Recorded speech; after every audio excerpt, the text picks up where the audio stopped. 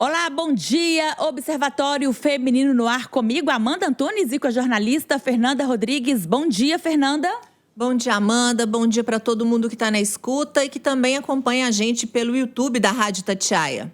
Apesar dos dados mostrarem que cada vez mais as mulheres estão sendo vítimas de feminicídios no Brasil, as políticas públicas vêm sendo criadas também cada vez mais para tentar mudar essa dura realidade. Sancionada agora no começo deste ano, uma lei que obriga o poder público a cada 2 anos divulgar relatórios com dados sobre violência contra as mulheres. A norma determina a publicação periódica de um relatório com informações do Registro Unificado de Violência contra as mulheres, com o objetivo de qualificar a produção de dados e subsidiar a formulação de políticas públicas voltadas à proteção das mulheres. Para a gente discutir essa e outras políticas públicas para as mulheres, a gente conversa agora no Observatório Feminino com a advogada Marcela Apocalipse. Ela é presidente da Comissão de Estudos de Violência Doméstica da Associação Nacional da Advocacia Criminal Seccional Minas Gerais. Doutora, bom dia, obrigada pela presença. Bom dia, eu que agradeço o convite. Estou muitíssimo satisfeita. A gente estava aqui comentando antes de começar, inclusive, que eu gostei muito do enfoque que está sendo dado, porque a gente fica recebendo uma avalanche de informações negativas e é necessário a gente também falar sobre os avanços, justamente para incentivar mais mulheres a denunciarem. Doutora, e para a gente começar, já falando dessa primeira política pública, que agora com este relatório, que tem que ser pelo menos a cada 2 anos, divulgado, o que muda isso na prática e qual a importância disso no combate à violência às mulheres? Sim, é essencial, porque sem os dados, a gente já padece da subnotificação. A maioria das vítimas ainda não denuncia, não busca auxílio. Nem todos os registros também, quando as mulheres vão em delegacia, recebem a correta tipificação, porque a gente tem que capacitar também o poder público. Então, o orçamento público, as políticas públicas, elas vão se basear em dados. Então, a gente precisa ter as estatísticas e ver exatamente quais são as prioridades. Onde é que acontece mais? Qual que é o tipo de crime? Qual que é a faixa de horário, dia da semana? Quais que são as características das vítimas e dos agressores? Eu acho importante a gente ressaltar que a gente avançou, tem avançado nas campanhas, nas leis, na conscientização do combate à violência contra a mulher. Mas a gente está aqui porque a gente noticia diariamente mulheres sendo mortas, feminicídios, vários tipos de outras violências, estupros e tudo mais. E, às vezes, fica uma sensação de descrédito na lei, nas medidas. E a gente estava conversando aqui, ainda antes de começar a gravar, com a doutora Marcela, e são dados que ela trouxe que são importantes. Eu queria que ela falasse para vocês também. Que a pessoa morreu, mas tinha medida protetiva. Mas adianta ir denunciar. É só um papel, É só um papel. Mas não, gente, é preciso, não é, doutora? Porque a maioria nem chega a fazer a denúncia. Claro, exatamente. Já é de conhecimento público que no Brasil, a cada 6 horas, temos uma mulher que é vítima de feminicídio. Ou seja, seriam 4 feminicídios por dia no país, isso o que é formalizado. Temos, certamente, um número ainda maior. Porém, ao contrário do que a grande maioria acredita, em média, a média nacional, 80% das vítimas de feminicídio nunca tinha denunciado o seu agressor. Então, elas sequer tinham medidas protetivas. De modo que não tem como a gente desqualificar as protetivas, porque, nesse contexto, as protetivas auxiliam muito, sim. E, inclusive, tem um outro índice, porque... e acho que a gente até vai falar de um projeto de lei nesse sentido, as mulheres às vezes se sentem constrangidas do atendimento em delegacia, de como que vão ser tratadas. Então, a gente já tem uma procura mais baixa. Mas, de acordo com os índices também, das mulheres que vão solicitar protetivas, a média de deferimento, ou seja, concessão de protetivas, é de 80%. A maioria dos pedidos é, sim, concedida. Pois é. E aí, voltando em iniciativas que começam, a caminhar para que a gente tenha mais aparelhamento, mais acolhimento, né, para essas vítimas de violência, a Comissão de Defesa dos Direitos da Mulher da Câmara dos Deputados aprovou uma proposta que garante atendimento preferencial por profissionais mulheres às vítimas de violência doméstica e familiar. O texto, ele altera a Lei Maria da Penha e a Lei Orgânica da Saúde e tramita em caráter conclusivo, seguindo para análise das comissões de Finanças e Tributação. Então, além dessa política pública hoje, nós temos a aprovação do projeto de lei para punir também crimes patrimoniais cometidos em caso de violência doméstica e familiar contra mulheres. Então, assim, a gente percebe que o que a gente precisa entender? Que a sociedade está se movimentando, sim. Talvez não na velocidade, não na efetividade para emparelhar com o índice de violência, mas alguma coisa está sendo feita. Essa questão de você ter ali um acolhimento quando você chega ali naquele primeiro lugar que você vai fazer a denúncia, para você não ser revitimizada por outras questões que a gente já sabe, isso precisa mudar. E quando a gente mostra, e aí eu estava fazendo uma análise comportamental mesmo, pensando, gente, mas eles estão piorando, né? Teve o caso no final do ano passado do moço que arrastou a ex-namorada e teve as pernas amputadas, ela acabou falecendo. Os socos no elevador. A impressão que eu tenho é que esses homens estão querendo mostrar essa violência para outros homens machistas e violentos iguais. Estão querendo até um reconhecimento. Olha como é que eu fiz bonito. Olha como é que eu fiz bem feito. Olha como é que eu matei com requintes de crueldade. A impressão que eu tenho quando eu vejo a maldade e cada vez uma violência que não tem explicação, eu falo, gente, mas por quê? A impressão que eu tenho parece que está um feminicida querendo superar o outro feminicida. Então, a justiça, a doutora Marcela vai falar aqui de justiça, de projetos, do aparelhamento legal para tentar combater isso. Mas a gente precisa falar também de comportamento da nossa sociedade, da gente como ser humano, de conscientizar, de apoiar, de educar para que a gente não tenha essa violência sendo glamorizada, reconhecida e aplaudida. Porque, infelizmente, a gente ainda tem muitos homens que se acham no direito de a mulher não pode me deixar. Ela é minha namorada, é minha esposa, é minha. Então, assim, esse sentimento de posse e essa uma baixa autoestima, né, gente? Porque se ela me deixar, acabou a minha vida? Ou tem que acabar a vida dela? É uma coisa, muito impensável. Mas em questão de direito, a gente realmente tem a Lei Maria da Penha, que é uma lei reconhecida mundialmente, e tem esses outros projetos e outras leis que também respaldam para que exista esse combate à violência, né, contra a mulher. Sim. A Lei Maria da Penha é reconhecida pela ONU como uma das 3 melhores leis de combate à violência doméstica do mundo. E isso é muito significativo, porque brasileiro tem um pouquinho complexo de vira-lata, né? Como se nada que fosse nosso fosse tão bom quanto ao que é do exterior. Mas existe esse reconhecimento. Eu gosto de ressaltar também que há pouco tempo, mas existe já, foi alterada a Lei Maria da Penha para que passe a existir. A Lei Maria da Penha, ao contrário do que as pessoas pensam, inclusive, ela não traz crimes, ela traz um sistema de prevenção e proteção às mulheres. Existe um único crime previsto na Lei Maria da Penha, que é o crime de descumprimento de medida protetiva. Ou seja, mais uma vez abordando a questão de se é válido ou não é válido pedir protetiva. Existindo o descumprimento, a mulher deve, inclusive, noticiá-lo, seja junto à delegacia, seja junto ao procedimento de protetiva que ela tem em curso, para que o Ministério Público tome a iniciativa para oferecer denúncia contra esse agressor pelo crime de descumprimento de medida protetiva. Eu acho tão importante. Eu queria só completar uma coisa, que você deve ter muito contato com as vítimas, é claro, Sim. E com os agressores também. Sim. Qual que é a sua avaliação como advogada, tendo contato com esses agressores? Eu tenho clientes, ao contrário do que a maioria pensa, eu tenho clientes, vários clientes homens, inclusive.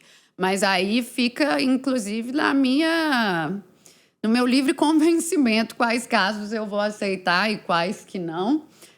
Já houve época que não foi assim. Hoje em dia, graças a Deus, cheguei no ponto da minha carreira que eu posso fazer essa escolha tranquilamente. Existem, sim, né, falsas denúncias. Claro, também não dá para falar que todas as vezes que uma mulher denuncia um homem, efetivamente ocorreu ou ocorreu exatamente daquela forma, naquela data. Então, eu sou, sobretudo, advogada criminalista, acredito na ampla defesa, no contraditório, no Estado democrático de direito, mesmo no cenário em que temos vivido com tantas arbitrariedades no mundo aí, no sistema de justiça como um todo.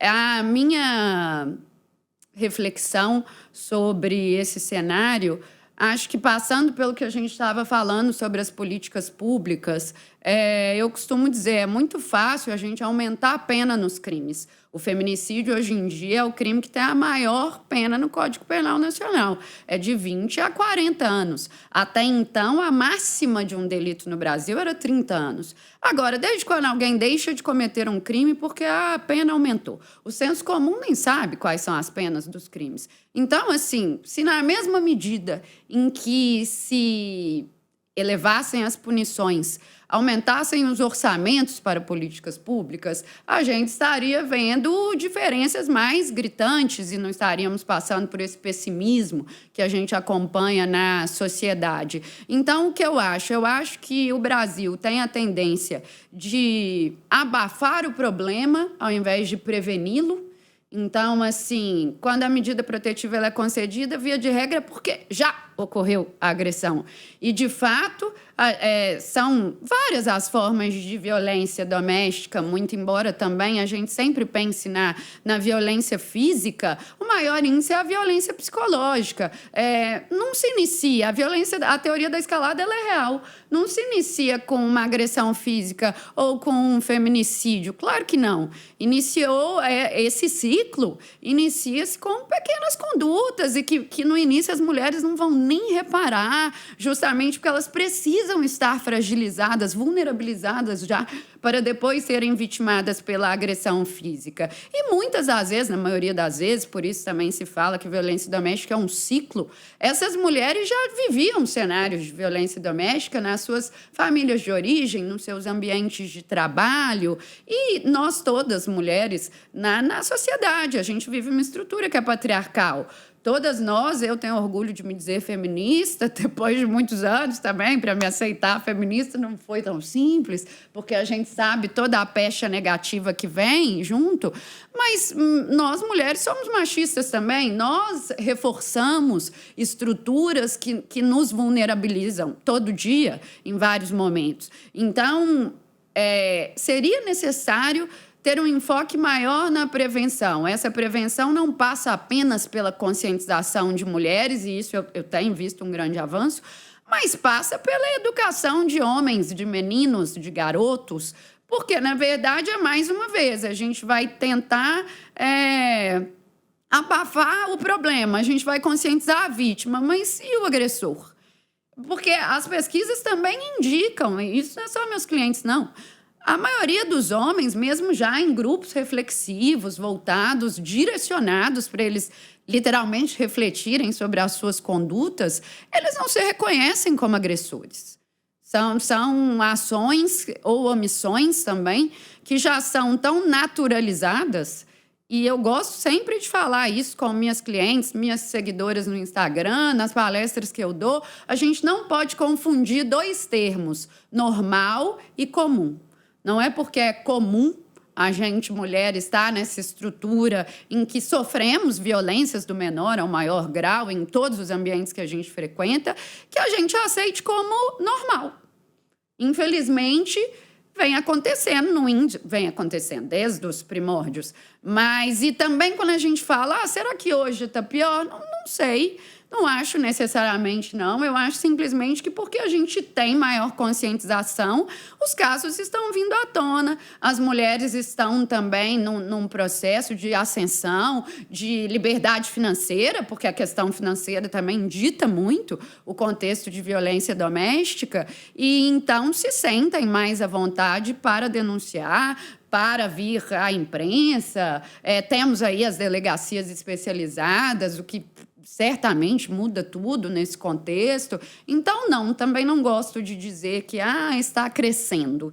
Não sei. E se vocês me permitem, gostaria, inclusive, de fazer um outro esclarecimento. Porque é muito comum a gente ver a mídia repercutindo sobre estamos tendo um grande aumento do feminicídio. De acordo com os índices de 2025, se formos comparar com 2018, sofremos um incremento. A questão é, gente, pasmem, o feminicídio como crime autônomo, como um tipo penal que está lá no Código, que ele tem a pena dele de 20 a 40 anos, isso é super recente, isso é de 2024. O que a gente tem desde 2015, notemos também é recente, era a qualificadora, o homicídio cometido por questões de gênero. E aí, ao longo do tempo, os juristas, os operadores de direito, a jurisprudência, vai inclusive formando o entendimento do que seriam motivações de gênero. Porque antes era entendido só contra pessoas do sexo biológico feminino. Então, assim, a gente é uma caminhada, é um processo mesmo para formar essa consciência e mesmo existindo uma lei. Então, assim, é claro que se antes a gente tinha um homicídio qualificado e de repente a gente tem um feminicídio, o número de homicídios nos índices ele vai se reduzir e o de feminicídio vai aumentar. E é, inclusive, muito importante, as estatísticas também mostram isso, o Anuário Brasileiro de Segurança Pública, fazer a capacitação dos profissionais da segurança pública, de quem tem aquele primeiro contato ali com a vítima, que seriam os policiais, porque eles é que determinam no boletim de ocorrência o registro de qual foi o crime, qual foi a situação que aconteceu ali. Uhum. E a tendência, justamente por feminicídio ser um crime muito recente,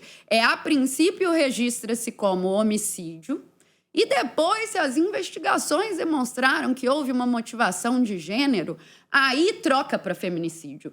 E isso parece simples, mas isso tem uma influência gigantesca nas estatísticas, logo nas políticas públicas. Uhum. Muito importante esses esclarecimentos, até para a gente entender… Uma aula, né, Amanda? Uma aula e ter esperança, né, que… no futuro, sim. Porque às vezes a gente fica, né, não tem mais jeito. Não, tem sim, é um avanço e com passos, claro, devagar, tudo né? Que é de mulher vai ser mais lento, né? Mas está acontecendo. Eu vou falar, a gente está aí para lutar, para dar voz, para esclarecer, e esse espaço é para isso mesmo, né, Amanda? Isso, vamos mudar de assunto agora, também não muito bom, já nesse caso já não é um assunto… Mas né, extremamente importante também. Dados que mostram aí que Minas Gerais… registra uma alta de 34,5% em casos de suicídios na última década. Em 2014, foram 1.357 pessoas que tiraram a própria vida. Em 2024, esse número subiu para 1.825 pessoas. Nos últimos 10 anos, mais de 18 mil pessoas suicidaram em Minas Gerais, o que representa aí dizer que a cada pouco mais de 5 horas, uma pessoa suicida no nosso estado. Os dados são do DataSUS. Nada, dados assustadores, né? A gente veio depois da pandemia também, acredito… Na realidade, a gente está aí agora também no mês de Janeiro Branco, né? De conscientização da importância de você cuidar da sua saúde mental, emocional, de quebrar preconceitos, porque ainda existe muito preconceito com relação à saúde mental. A gente precisa falar sobre isso, a gente precisa, inclusive, falar sobre suicídio.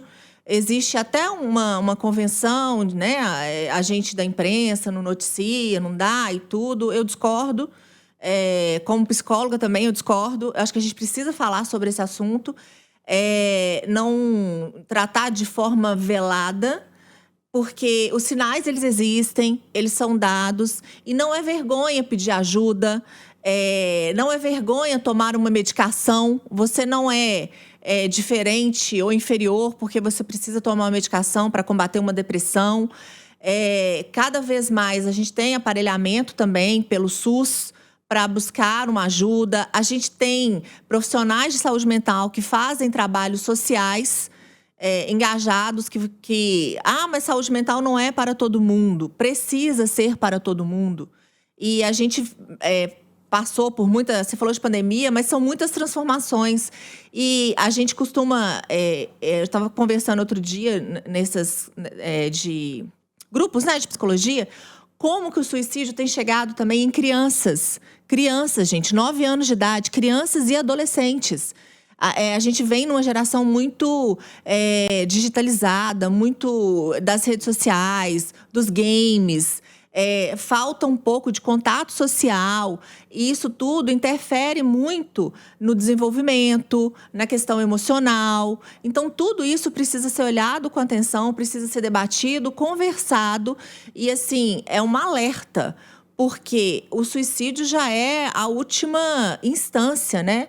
Já é um pedido assim, que não tem mais solução, não tem como você estender a mão mais para aquela pessoa. Então, eu queria que a gente tenha o Setembro Amarelo, né, que fala especificamente do suicídio, né? Mas a gente brinca que devia ser o ano todo amarelo, porque a gente precisa colocar luz sobre esse assunto.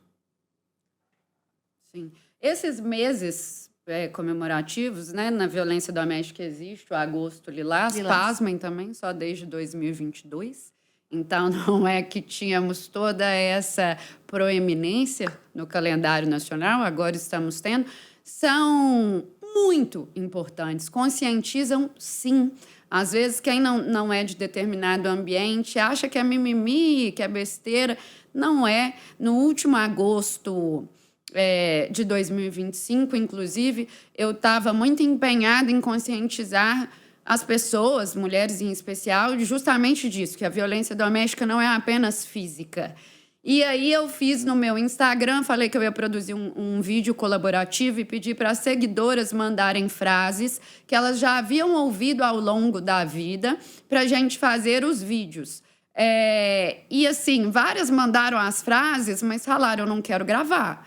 Ou quem gravou tinha muito receio em não parecer que aquela frase tinha sido ela própria a escutar. E não era. Eu fiz o levantamento das falas e cada uma escolheu o que se sentia mais à vontade. E eram falas de 3 segundos, assim. Mas eu já tive uma constatação de como existe esse sentimento de vergonha das mulheres. E de algo que, na verdade, está no nosso cotidiano. Violência psicológica a gente sofre o tempo inteiro. E eu gostaria, inclusive, de ressaltar, porque eu também levanto muito essa bandeira. A violência doméstica, ela existe, de acordo com a lei, não apenas em relações íntimas de afeto, mas também em relações domésticas, ou seja, um agregado, uma empregada doméstica pode ser vítima de violência doméstica, desde que se identifique enquanto mulher.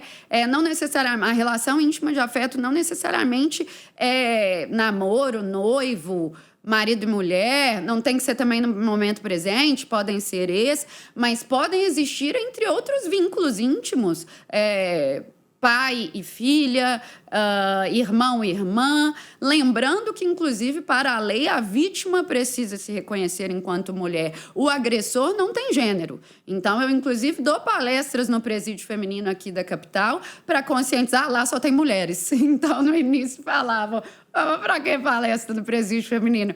Justamente para a gente lembrá-las de que mulheres também são agressoras, podem ser. E desde as palestras, para a gente ver como essas datas de conscientização são importantes, as próprias presas já têm lavrado boletim de ocorrência sobre violência doméstica no ambiente prisional. É isso, né, conscientização e todo mundo fazendo a sua parte. Empatia, gente, por favor. Doutora, muito obrigada. Quem tá nos acompanhando agora, quer te acompanhar, como as pessoas podem ter acesso aos seus conteúdos? Eu gravo vídeos basicamente diariamente no Instagram sobre violência doméstica, porque eu sou presidente de comissão de violência doméstica, sobre direito das mulheres, porque sou ativista nessa área, e conteúdos para advogados também, porque de profissão, sou advogada, né? Acima de ativista, sou advogada. Então, estou lá no Instagram como Marcela Apocalipse. Marcela com 2 L's, Apocalipse com Y, e Apocalipse é meu sobrenome mesmo, não é um nome fantasia para a advocacia. Obrigada, doutora, pela presença. Obrigada a Fernanda, vocês. vamos então, né? Vamos, e semana que vem a gente tá de volta, gente. Bom domingo. Bom domingo, tchau. Tchau.